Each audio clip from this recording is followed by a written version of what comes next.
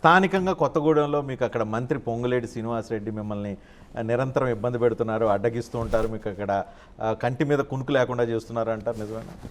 నన్ను ఎవరు ఏం చేయలేరండి. సాంబశివరావు అనే వ్యక్తిని చేసే దమ్ము ధైర్యం ఎవరికి ఉండదు. ఎందుకని? అంతే. అది మీకు కాంగ్రెస్ దయాదాక్షిణ్యాల మీద మీకు అక్కడ గెలిచారు, మీరు మిమ్మల్ని ఎవరు ఏం చేయలేరని నమ్మకంతో ఎట్లా చెప్తారు మీరు? మా దయాదాక్షిణ్యాల మీద వాళ్ళు గెలిచారని మీరు ఎందుకు అనుకోరు?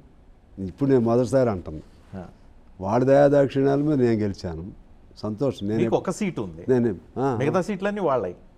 మరి అదే నేను అనేది, వాళ్ళ వల్ల మేము గెలిచింది 1, మా వలన వాళ్ళు గెలిచింది 9. మా వలన వాళ్ళు 9 గెలిచారు మా జిల్లాలో. మీరు లేకపోతే 9 గెలిచేవాళ్ళు కదా.